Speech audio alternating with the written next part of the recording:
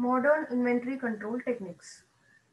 So we have already discussed about selective inventory control techniques. We had seen different categories under that like ABC analysis, HML, BED, SD, like that so many classifications we have seen over there. Next, we are going to discuss about modern inventory control techniques. Under this also we can learn about so many different techniques which are quite unique and which are quite useful, or we can say which are quite helpful for the companies to manage their inventory. Most of these concepts have been developed by many foreign companies, and this has been successfully implemented throughout the world. So the first one here is just in time. Just in time, commonly in short we call it as JIT. You can see over here, it is also known as just in time production, or it is also known as the Toyota production system. It is a methodology aimed primarily at reducing times within the production system, so as well as response time from suppliers to customers. Its origin and development was mainly in Japan, largely in 1960s and 70s, particularly at Toyota company. So this just-in-time inventory management, it is a Japanese philosophy which has been applied and practiced since early 1960s and 1970s in many Japanese organizations. So this was developed, or this concept of JIT was developed in Toyota company during 1950s and all. So what they do over here, it is a philosophy, or we can say it is an inventory management philosophy aimed at reducing the waste and redundant inventory. Redundant means you unwanted repeated inventory by delivering the product just when the organization needs it. That is what is mentioned in this last line. It means making only what is needed when it is needed and what amount it is needed. That is, there would be zero inventory, zero failure, zero lead time, and reduced cost. It reduces the waste and improves overall efficiency. The thing is that this concept, it actually explains that making only what is needed, when it is needed, and in what amount it is needed.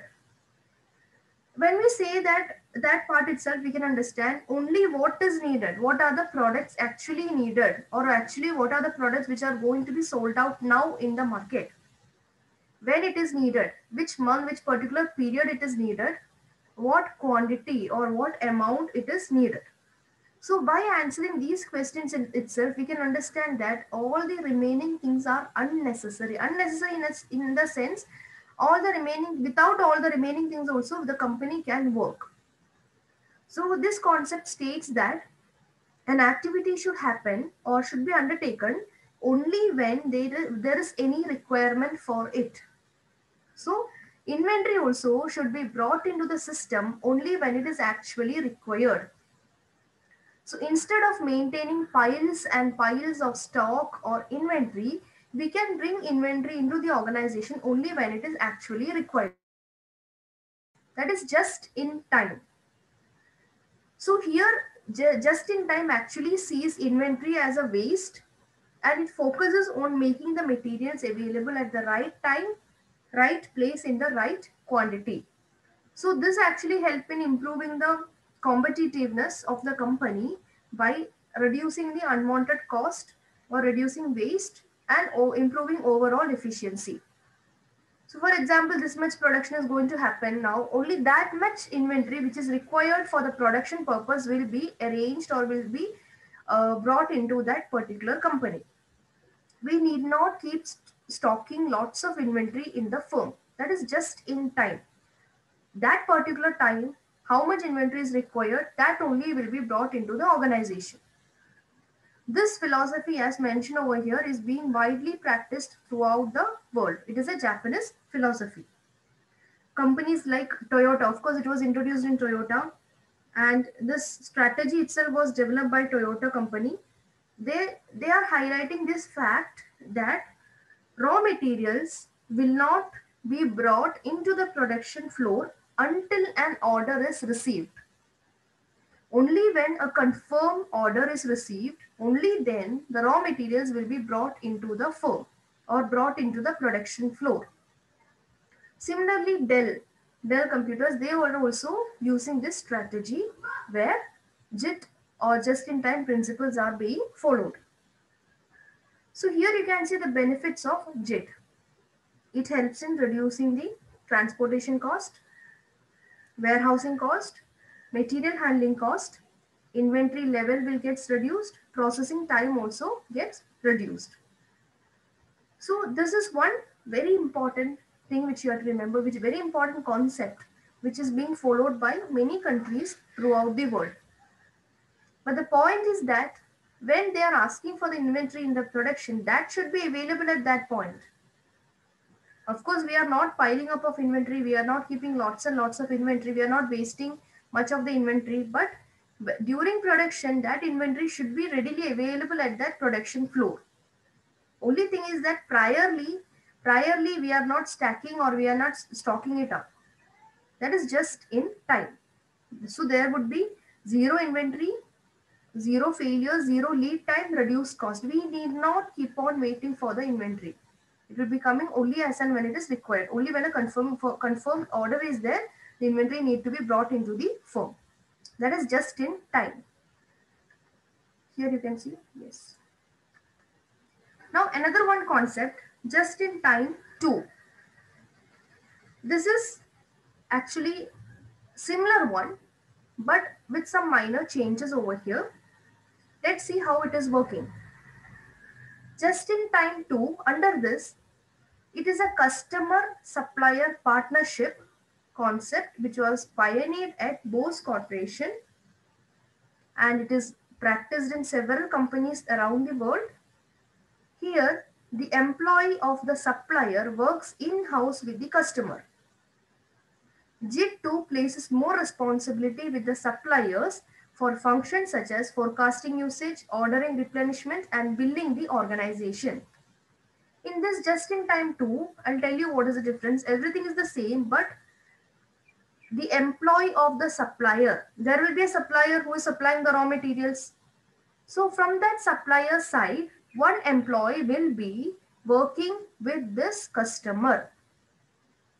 Now it is the responsibility of this particular employee to give all the information with respect to inventory to the supplier, like forecasting the usage, then arranging all the order replenishment. Order replenishment means when the order is about to exhaust or about to finish, placing for the new order, billing, everything is given to the this particular employee. And that is this, in this method, the employee works in-house with the customer or with this particular company. The employee will take all the responsibility of inventory management. Though he is working here, he is working full time with his customer's firm, but his payment, his salary part and all will be taken care of by the supplier only. The thing is, basically we can tell he is a representative of the supplier who is keeping an eye or who is keeping a watch on the stock of the product or inventory of the product and making the order as and when required. So here what is the benefit? The customer's firm is now free from all kind of paperwork, all kind of inventory related administrative task, because all this will be done by that particular employee who is coming from the supplier's side. So here, that is why here there is more of a customer supplier relationship, and the suppliers are also given a major role in the company's inventory operations, or the supplier has been given authority in the customers or the company's operations. Now, what are the benefits here? The inventory level of the firm gets reduced. Inventory level of the suppliers also can be reduced, because as and when the employee is giving information, that can be moved out or in. There will be an improved relationship with the supplier, and it reduces the administrative cost of both the parties who are involved. Both the parties who are involved means here we have the supplier as well as the customer. That is just in time and just in time too. So here once more we can see the explanation. JIT 2 is similar to just in time, with the only difference that it builds a relationship between the supplier and the customer. One of the supplier's representative, or we can call an employee, keeps a regular check on the customer requirements, customers' needs, and places orders on behalf of the customer. These sales representatives will be working full time for the customer and are paid by the supplier. So here they become, in one way, they are becoming the business partners. And there is a long-term relationship here between the supplier and the customer. Because of this partnership, the supplier will get long-term contract, and in consideration, the customer may also get few free product. They will get delivery on time, assured delivery on time without any delay, best quality product. The chances of conflict between the customers and the suppliers are also very much less, because, or we can say very much minimized, because there is frequent communication happening here thanks to that employee.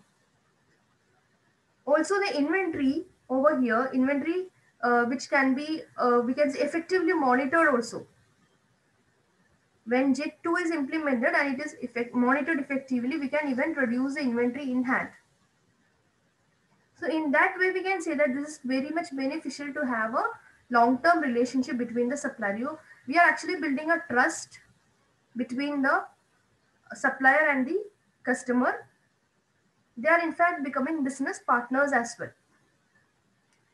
So in JIT 2, it is almost similar to JIT 1, with the only difference that it builds a relationship between the supplier and the customer by having one of the employee of the supplier who would be working full time with the customer. And now it is a responsibility of this employee to take care of all the inventory management within the customer's firm. The employee keeps an eye on the stock and orders product as and when necessary. So now what happens, the customer's firm, they are now fully relieved of this part of their company's work. They are fully relieved of all the related tasks associated with this inventory management. So that is JIT 2. Moving ahead, another one topic here is vendor managed inventory. Vendor means the supplier. Vendor means the supplier. So let's see here, what is this vendor managed inventory? This is also known as continuous replenishment strategy, or CR. Replenishment means placing the order. That is replenishing. As and when the inventory is going down, placing the fresh order with the supplier. That is replenishing the goods. Now this is known as the CR strategy, or vendor managed inventory, also known as VMI, vendor managed inventory. Here what happens normally, how it is happening normally, when you're shortage of stock, what will the company do? When you're shortage of stock, the company, what will we do normally? We will be placing an order. So that is what is written over here. Traditionally, customer places the order with the supplier for materials. But in this model, the customer no longer places the order but shares the information only with the vendor. What kind of information would be shared? The information will be related to the total usage of the product, the stock in hand, anticipated demand, etc. And on the basis of this information, the supplier now takes the responsibility of customer's inventory. That is, vendor is managing. Vendor means the supplier. Supplier is managing the inventory in this customer's place. So here the information regarding how much stock you are having, how much we have used, how much we are expecting, what would be the other criteria, all these things, only those information will be passed on to the supplier. That is vendor managed. Here you can see normal replenishment. How we do? We place the order.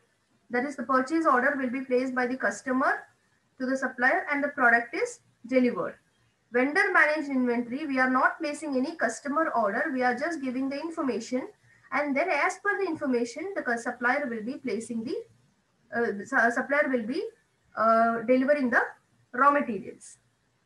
So on the basis of the information received from the customer, the supplier takes the responsibility for replenishing the customer's requirement.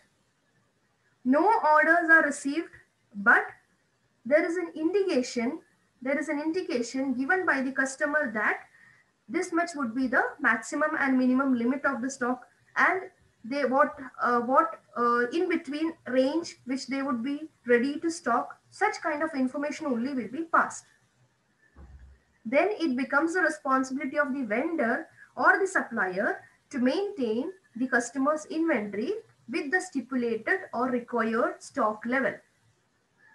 So here also, to an extent, we can say that the responsibility is now with the supplier. Of course, the company should give, as a customer, the company should give accurate information. Based on this information, the supplier will be providing the inventory. That is vendor managed inventory.